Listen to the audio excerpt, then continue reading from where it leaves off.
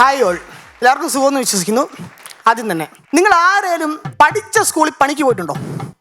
അല്ല അവിടെ പറയണ്ട, ഞാൻ പോയിട്ടുണ്ട്. ഞാനും എൻ്റെ അപ്പനും കൂടെ പഠിച്ച സ്കൂളിൽ ഒരു പ്രാവശ്യം പെയിന്റിങ്ങിന് പോയി. ചെന്നപ്പോഴേ ഞങ്ങളുടെ ഹെഡ് മാസ്റ്റർ വാദിക്കാൻ നിൽപ്പുണ്ട്. കണ്ടപ്പോഴേ പുള്ളി ചോദിച്ചിട്ടാ, നിനക്ക് പണിയൊന്നും ആയില്ലേ?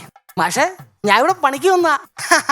ഞാൻ പഠിപ്പിച്ച ബാക്കി പിള്ളേരൊക്കെ എഞ്ചിനീയറും ഡോക്ടറും ബാങ്ക് മാനേജറും ഒക്കെയാ.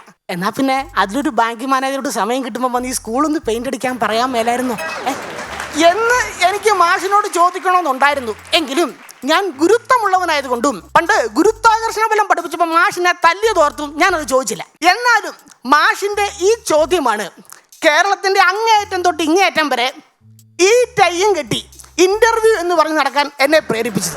Hello, I am Nelson Thomas, MBA completed. I am very enthusiastic, hard-working person, and my ambition is make you laugh. സത്യം പറഞ്ഞാൽ ഇത് ഞാനൊരു 12-10 വർഷം മുമ്പ് ചെയ്യേണ്ട ഇന്റർവ്യൂ കണ്ടേ. സോറി, ഒരു സ്ക്രിപ്റ്റാ. എന്നാ പറ്റിയെന്ന് ചോദിച്ചു കഴിഞ്ഞാൽ, അതായത് നമ്മൾ ഈ വേളാങ്കണ്ണിക്ക് പോകാൻ വീട് നിടുന്ന പോലെ ഡെയിലി ഒരു 4 കമ്പനിയിൽ ഇന്റർവ്യൂവിന് പോയിരുന്ന സുവർണ്ണ കാലഘട്ടം 2012. അന്നൊന്നും ഈ യൂട്യൂബ് ചാനലൊന്നും ഇല്ല. അല്ലെങ്കിൽ ഞാൻ അന്നത്തെ കാലത്ത് വല്ലോ ഈ അടുക്കളയിൽ പച്ചക്കറിക്കറ്റ് അൺബോക്സ് ചെയ്യുന്ന വീഡിയോയോ, അല്ലെങ്കിൽ മിറ്റ അടിച്ചു വരുന്ന വീഡിയോയോ, അല്ലെങ്കിൽ മയിലിനെ മലത്തിൽ കടത്തിട്ട് പറത്തിയിട്ട് ഫ്രൈ ചെയ്യുന്ന വീഡിയോ ഒക്കെ ചെയ്ത് ജീവിച്ചേനെ. അന്നൊന്നും അങ്ങനത്തെ ഫെസിലിറ്റി ഒന്നും നമുക്ക് അറിയത്തില്ല. അത് കാരണം ഞങ്ങളുടെ അപ്പം പണിക്ക് പോകാൻ പെയിന്റും ബ്രഷുമായിട്ട് ഇറങ്ങുമ്പോൾ ഞാനും എൻ്റെ സർട്ടിഫിക്കറ്റും എല്ലാം കെട്ടിപ്പിടിച്ച് ഇറങ്ങും. പുള്ളി പെയിന്റ് അടിച്ച് ബ്രഷും തേഞ്ഞു. ഞാൻ എല്ലാ കമ്പനിയിലും പോയി HR മാനേജർമാർക്ക് ഷെയ്ക്ക് കൊടുത്തു. എൻ്റെ കൈയും തേഞ്ഞത് സുഷോക്കിയതാണ്. ഒരു കൈക്ക് ഇപ്പോഴും നീളക്കുറവാണ്. പക്ഷേ എന്തൊക്കെ പറ്റിയാലും നമുക്ക് അന്നത്തെ കാലത്ത് ഈ ഡിപ്രഷനും നിരാശയൊന്നും ഇല്ല കേട്ടോ. ഇന്റർവ്യൂവിന് പോയി അപമാനിതനായി വൈകിട്ട് നാട്ടുകാരെ പറ്റി 2 അടിച്ച് കിടന്നുറങ്ങി കഴിഞ്ഞാൽ ഒരു പ്രശ്നവും ഇല്ല. രാവിലെ ഇന്റർവ്യൂവിന് പോവുക, തിരിച്ചു വരിക, അടിക്കുക, കിടന്നുറങ്ങുക, വീണ്ടും ഇന്റർവ്യൂവിന് പോവുക, അടിക്കുക, കിടന്നുറങ്ങുക. പിന്നെ അന്നത്തെ കാലത്ത് നമ്മൾ ഇന്റർവ്യൂവിന് പോയി കഴിഞ്ഞാൽ നമ്മുടെ മെയിൻ വില്ലന്മാർ 2 പേരെ അഭിഷേകിച്ചാട്ടാ. ഒരാള് ഇംഗ്ലീഷ്, രണ്ടാമത്തത് മറവി. അതായത് നമ്മുടെയൊക്കെ വീട്ടിലെ ഈ ജനലിന്റെ കൊളുത്ത് പോലെയാ. മോളത്തിടുമ്പോൾ താഴത്ത് വീഴത്തില്ല, താഴത്തിടുമ്പോൾ മോളത്ത് വീഴത്തില്ല. ഞാൻ ഇന്റർവ്യൂ ചെന്ന് കഴിഞ്ഞാൽ ഇത്തരം എനിക്കറിയാമെങ്കിൽ എനിക്കത് ഇംഗ്ലീഷ് പറയാൻ അറിയത്തില്ല. ഇനി അഥവാ അത് ഇംഗ്ലീഷ് പറയാൻ പഠിച്ചോണ്ട് പോകുന്ന അത് മറന്നും പോകും. അതായത് എല്ലാ കമ്പനിക്കാർക്കും ഇംഗ്ലീഷ് ഭയങ്കര നിർബന്ധം. അതായത് അവന്മാരുടെ ക്ലയന്റും കസ്റ്റമറും എല്ലാം മലയാളിയായിരിക്കും. ഈ കമ്പനി തൊട്ട് കേരളത്തിലായിരിക്കും. എന്നാലും ഇംഗ്ലീഷ് ഇല്ലെങ്കിൽ, അതും യൂറോപ്യൻ സ്ലാങ്ങിൽ ഇംഗ്ലീഷ് ഇല്ലെങ്കിൽ അവർ സമ്മതിക്കത്തില്ല. വേറെ പ്രശ്നം കൂടെ ഈ ഇന്റർവ്യൂവിന്റെ കാര്യത്തിൽ കേട്ടോ. ഇവര് വിൽക്കുന്ന സാധനം തിരുവനന്തപുരം തൊട്ട് കാസർഗോഡ് വരെ സാമ്പാർ പൊടിയായിരിക്കും. എന്നാലും യൂറോപ്യൻ ഇംഗ്ലീഷ് നമ്മൾ സെൽഫ് ഇൻട്രൊഡക്ഷൻ നടത്തിയാലേ അവന്മാർ നമ്മളെ പണിക്കെടുക്കത്തുള്ളൂ. ഈ സെൽഫ് ഇൻട്രൊഡക്ഷന്റെ കാര്യം പറഞ്ഞപ്പോൾ ഓർത്ത് കേട്ടോ.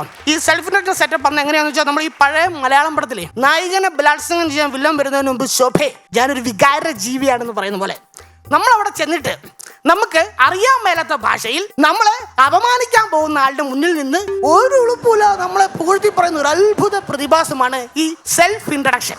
അതെന്ന് പറഞ്ഞാൽ ഈ ജനുവരിയിൽ ഒത്തിരി ഇന്റർവ്യൂ നടന്ന സമയം. അതായത് ഈ പട്ടിക്ക് കന്നിമാസവും ഞങ്ങൾക്ക് തൊഴിലന്വേഷകർക്കും ഈ ജനുവരി മാസം ഭയങ്കര ഇമ്പോർട്ടൻറ്റ്. ഞങ്ങൾക്ക് നിന്ന് തിരിയാനുള്ള സമയമില്ല കേട്ടോ. അത് കാരണം ആ ഒരു ജനുവരി മാസം 2012 നടന്ന ഒരു സംഭവം പറയാം. കോയമ്പത്തൂരുള്ള ഒരു അണ്ണാച്ചിയുടെ തുണിക്കടയിലെ ഇന്റർവ്യൂ ഞാൻ തിരിച്ചു വരിക. പാലക്കാട് കോട്ടയം റോഡിലെ ഫാസ്റ്റ് പാസഞ്ചർ പൂര ഇടിയാൻ ഓർക്കണം. ബസ്സിലാണ് നിന്ന് തിരിയാൻ സ്ഥലമില്ല. ഞാനൊക്കെ ഇടിച്ചു കുത്തിക്കുക. ടൈറ്റ് പാന്റ് ഷർട്ട് കിട്ടെ. ഈ കമ്പിയെ പിടിച്ചാണെങ്കിൽ ആറാടിക്കൊണ്ടിരിക്കുക. MC റോഡിൽ ഓരോ വളവ്, ആ വളവെല്ലാം വളഞ്ഞുകൊണ്ടിരിക്കും. അതായത് നമുക്ക് കണ്ടക്ടർ ബ്രേക്ക് ഇട്ടാൽ മതി, തൊട്ട് മുന്നിൽ നിൽക്കുന്ന ആന്റിക്ക് ഒരു ഉമ്മ എടുത്തിട്ട് നമ്മളിങ്ങനെ പുറകോട്ട് വരും. നമ്മൾ അറിഞ്ഞോണ്ടിരുന്നല്ലോ കേട്ടോ. സോറി. അങ്ങനെ പോകൊണ്ടിരുന്ന ടൈറ്റ് ബസ്സാണ്. കുറെ നേരം കഴിച്ചു, രാത്രിയായി. എന്റെ ഈ കാലെല്ലാം കഴച്ചിട്ട് ഞാൻ നിലത്തോട്ട് അങ്ങിരുന്നു. എനിക്ക് മേല. കുറച്ച് കഴിഞ്ഞപ്പം രാത്രിയപ്പോൾ ഒരു സീൽക്കാരുടെ ശബ്ദം കേട്ടു. ആദ്യം ഈ കാര്യമൊന്നും മനസ്സിലായില്ല. ഞാൻ മുകളിലോട്ട് നോക്കി വാണ്ടി കിടത്തിപ്പോട്ട് ഇപ്പുറത്തൊരു പയ്യൻ നിൽപ്പുണ്ട്. കുറച്ച് കഴിയുമ്പോൾ എൻ്റെ ഷർട്ടിൻ്റെ അകത്തേക്ക് ഒരു തണുപ്പരിച്ചിറങ്ങുന്ന പോലെ എനിക്ക് തോന്നി. ഞാൻ മുകളിലോട്ട് നോക്കി ആ സത്യം മനസ്സിലാക്കി. ചെക്കൻ വാള് വെച്ചു. ഒരു രക്ഷയില്ലെന്ന് ഓർക്കണം. അത്ര നേരം ഇടിച്ചു കുത്തിയുന്ന ബസ്സാണ്. പെട്ടെന്ന് ആ ആൾക്കൂട്ടത്തിന് നടുവിൽ ഞാൻ വല്ലാതെ ഒറ്റപ്പെട്ടു പോയി. എല്ലാവരും ചെതറി അങ്ങ് മാറി. ബസ് നിർത്തി. കണ്ടക്ടർ ഒന്നും ആകെ കലിപ്പായി. കോട്ടയത്ത് ഇറങ്ങേണ്ട റബ്ബർ പാലിന്റെ നിറമുള്ള ചേച്ചിയെ പുള്ളിയുടെ അരക്കുപ്പി ജീരകവെള്ളം എന്നെ കഴുകാൻ വേണ്ടി സംഭാവന തന്നു. എല്ലാം കഴുകി ദേഹം എല്ലാം വൃത്തിയാക്കിയ ശേഷം ഞാൻ ഷർട്ടൊക്കെ ഊരിപ്പോയി. കണ്ടക്ടർ പൂരെ കലിപ്പ്. ഈ ഷർട്ട് ഈ വണ്ടിക്കകത്ത് കയറാൻ പറ്റത്തില്ല. പിന്നെ എന്നെ ചെയ്യാനാ. ലാസ്റ്റ് കണ്ടക്ടർ 50 പൈസ കവർ നിൽക്കുന്നു. ആ കവറിനകത്ത് എന്റെ ഷർട്ട് മടക്കി വിട്ട് ബസ്സിന്റെ സൈഡിൽ ചോദിച്ചു. ഞാൻ വണ്ടിയെ കയറി. നിങ്ങൾ ഓർക്കണം, ബെൽ ബോട്ടം പാന്റ് മാത്രം ഇട്ട് അരയ്ക്ക് മുകളിൽ ഫുൾ നഗ്നനായിട്ട് ഈ 2 കമ്പിയെ പിടിച്ചോണ്ട് മൂവാറ്റുപോട്ട് കോട്ടയം വരെ ഈ നിപ്പ. അതിനുശേഷം ഞാൻ അങ്ങനെ ഇന്റർവ്യൂ ഒന്നും പോകാറില്ല. ഭയങ്കര മടുപ്പ. വീണ്ടും ബിസിനസ് മാനേജ്മെന്റ് ഒക്കെ മാറ്റി വെച്ച് അപ്പന്റെ കൂടെ പെയിന്റിംഗ് മാനേജ്മെന്റ് തുടങ്ങി. അപ്പോഴും പെയിന്റിംഗ് മാനേജ്മെന്റ് പോയിക്കൊണ്ടിരുന്നപ്പം ഒരു 2-2.5 മാസം കഴിഞ്ഞപ്പോൾ ഇനി കൂടുതൽ കൺഫ്യൂഷൻ ഒന്നും ഉണ്ടാക്കില്ല എന്നൊരു കല്യാണം കഴിച്ചു.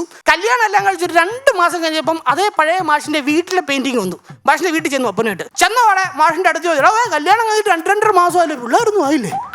നിനക്കാണോ കുഴപ്പം അവക്കാണോ കുഴപ്പം? ഒരു 2.5 മാസം കൊണ്ട് റിസൾട്ട് ഉണ്ടാക്കാൻ ഞാൻ പ്രമേഹത്തിന്റെ മരുന്നൊന്നും അല്ലല്ലോ കഴിച്ചത് എന്ന് എനിക്ക് മാഷിനോട് പറയണമെന്നുണ്ടായിരുന്നു. എങ്കിലും എൻ്റെ ആ പഴയ ഗുരുത്വാകർഷണം ഓർത്തപ്പോൾ ഞാനിത് പറഞ്ഞില്ല. എങ്കിലും മാഷിന്റെ ആ ഒരു ചോദ്യത്തിനുള്ള ഉത്തരം വെച്ചുകൊണ്ട് ഞാൻ അടുത്ത ഒരു സ്ക്രിപ്റ്റായിട്ട് വരുന്നതും വരെ എനിക്ക് വണക്കം.